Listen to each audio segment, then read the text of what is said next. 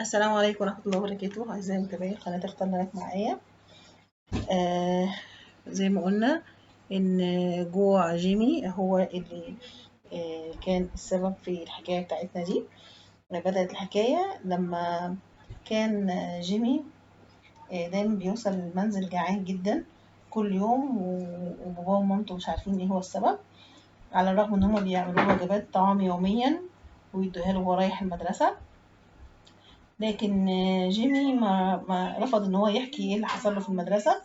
عشان كده قرر والديه زيارة مدير المدرسة على أمل إن هم يعرفوا إيه السبب ليه ابنهم بيبقى جعان جدا، بالرغم إن هم آه، عاملين اللي عليهم، وبيدوله البوكس اللي فيه الأغذية. بعد سؤال زملائه في الفصل علم والديه حاجة مزعجة للغاية كان جيمي طول الوقت بيخفيها. تعالوا نعرف إيه هو السبب.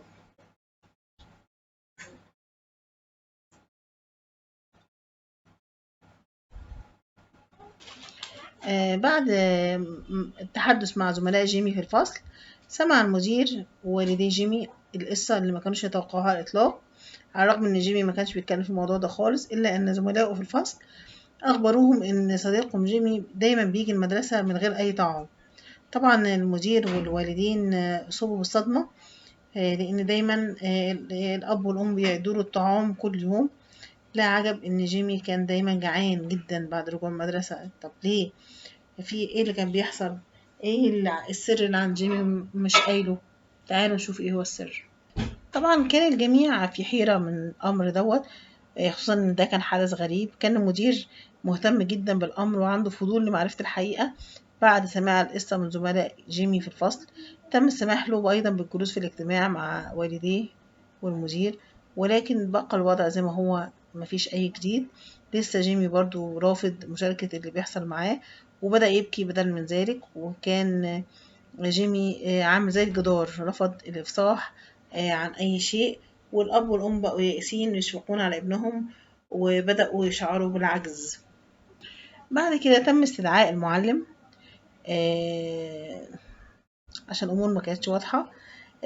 قالوا يمكن يكون عنده بعض الملاحظات في سلوكيات جيمي أو طبيعة ما يحدث معه. كان المعلم لسه جديد في المدرسة، وكان بالفعل بيراقب جيمي بعض الوقت. ويمكن هو كان يمكن هو الشخص اللي أخد أكل جيمي، مش عارفين. يمكن هو عنده فكرة عن اللي بيحصل مع الولد. المدير افتكر إن المعلم الجديد هو مفتاح اللغز بشكل نهائي، وقبل ما الأمور تطلع عن السيطرة. فكان الأمل الوحيد إن هو المعلم يقول لنا. طبعا جميع الأنظار كانت بتتجه للمعلم. بعد كده تقدم المعلم للأمام بخطى ثابتة، وكان عنده موقف مختلف تماما بعد رؤية جيمي ووالديه. توتر المعلم بشدة وبدأ عليه التوتر، وكأنه اتقبض عليه بسرعة كده. سرعان ما تظاهر بالثقة والثبات، لكن المدير لاحظ كل حاجة. نفى المعلم معرفته بأي شيء عن الموقف، وما قالش أي حاجة. كان رد فعل المعلم مختلف عن المعتاد، مما جعل المدير يشك في تصرفات المعلم. قال لك بقى هو المعلم بقى هو اللي ايه، يمكن هو اللي أكل الولد بيروح جعان كده ليه؟ ايه اللي حصل؟ طلب المدير من المعلم التنحي والتحدث عن انفراد. كان المدير عايز يوصل للحقيقة، بس كان خايف على سمعة المدرسة برضه في نفس الوقت. دار جدال حاد بين المعلم الجديد ومدير المدرسة، وما كانش فيه قرار نهائي. استمر المعلم في إنكار ارتكاب أي مخالفة، وفجأة تقدم معلم تاني للصورة.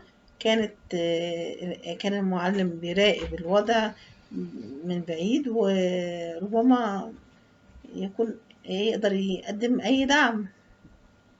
وبعد كده كانت المفاجأة. تفتكروا إيه هي المفاجأة؟ إيه اللي حصل؟ خلال اجتماع مع المدير، رفض جيمي الكشف عن أي تفاصيل أخرى حول الوضع، مما زاد الأمر غموض وساب الكل بقوا محبطين وعاجزين عن الكلام.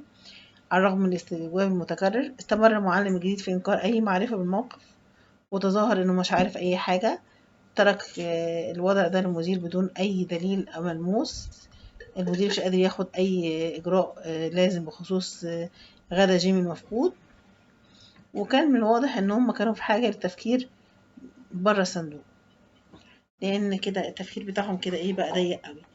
فكان والدي جيمي بيتابعوا الموقف في حالة حزن وبيسألوا نفسهم عن ايه سبب ده، يا ترى ايه اللي احنا فيه دوت، ايه اللي وصلنا له، لغاية ما فضلوا أسبوع في حالة مراقبة. أصبح والدي جيمي قلقانين جدا بشكل متزايد، لأن الطفل فضل يرجع من المدرسة جائع للغاية ومبيتكلمش ولا كلمة. حتى بعد ما راحوا له المدرسة وحصلت لقاءات بين المدير والمعلمين، افتكروا ان هم اعتقدوا ان هم لم يقتربوا حتى من كشف اي جزء من حقيقة حول ايه سبب جوع جيمي. دايما كان سكوت جيمي غريب، أدى عدم تواصل ابنهم معاهم لزيادة الإحباط عندهم وعجزهم، وكانوا عارفين إن هما لازم يتخذوا إجراء ما لتعديل الوضع، لكن ما كانش معاهم أي فكرة إن هما هيبدأوا منين. هو لازم ياخدوا قرار بس مش عارفين هيبدأوا منين. بعد كده وصلنا لمرحلة المواجهة بقى، مفيش حل بقى، لازم مواجهة. فكان والد جيمي قلق للغاية بشأن وضع ابنه في المدرسة، خاصة بعد اجتماع مع المدير والمعلم الجديد اللي فشل في تقديم أي إجابات عن وضع جيمي، وكان مصمم على إنه يوصل لجوهر المشكلة. قرر والد جيمي اتخاذ إجراء مرة تانية ومواجهة المعلم الجديد بشأن وجبات الغذاء المفقودة. في تاني يوم الوالدين راحوا المدرسة وطلبوا يتكلموا مع المعلم الجديد بشكل مباشر، من غير ما يتدخل مع أي حد، من غير ما حد يتدخل، يمكن يوصلوا لطرف الخيط وينقذوا ابنهم الصغير من الوضع المريب دوت. فكان هو ده القرار بتاعهم. طبعا كان رد فعل المعلم الجديد، اسمه على فكرة كالوم. لما وصل أبو جيمي للمدرسة تفاجأ كالوم اللي هو المعلم الجديد بالزيارة من غير موعد، وظهر عليه التوتر مرة تانية. على الرغم من صدمة المعلم الجديد كالوم في الأول، إلا أنه وافق على التحدث مع أبو جيمي وأجاب بصبر على جميع أسئلته.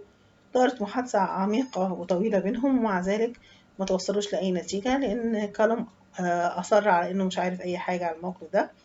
الأب غادر مع أسئلة أكتر من الإجابات اللي حصل عليها، ولسه معرفش سبب اختفاء الوجبات بتاعت ابنه، محلتش المشكلة. طب وبعدين تزايدت المخاوف بشأن سلامة جيمي. كان أبو جيمي قلقه بدأ يزيد بشأن راحة وسلامة ابنه في المدرسة، وفضلت الشكوك حول تورط كالوم في القضية. وحب توماس اللي هو أبو جيمي معرفة المزيد منه، فأظهر تصميم توماس على الوصول إلى جوهر الموقف، إن يكون على استعداد لفعل أي حاجة عشان خاطر ابنه. كان زي جرس الإنذار بيدق في ذهن الأب ويخبره إن في حاجة مريبة. وكانت أم جيمي عندها نفس الرأي، يمكن لو كان الصبي يتكلم كانوا توصلوا لحل اللغز، لكن الولد إصراره على الصمت ده هو اللي زود المشكلة، زود اللي هما فيه يعني.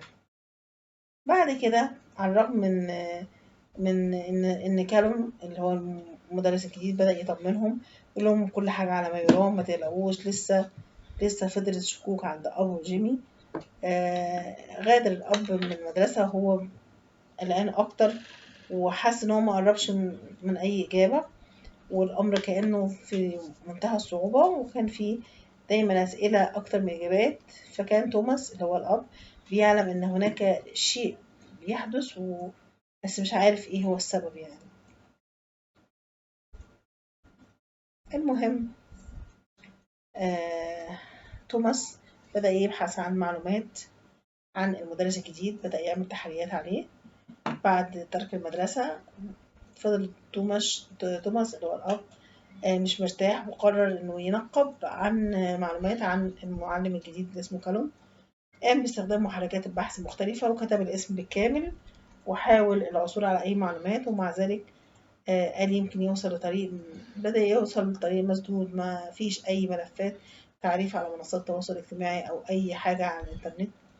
بالنسبة للمدرس ده شعر توماس بالإحباط، وبدأ يبحث بجدية أكتر، وفي النهاية عثر على موقع للمدرسة الابتدائي قال لك يمكن يفيد، يمكن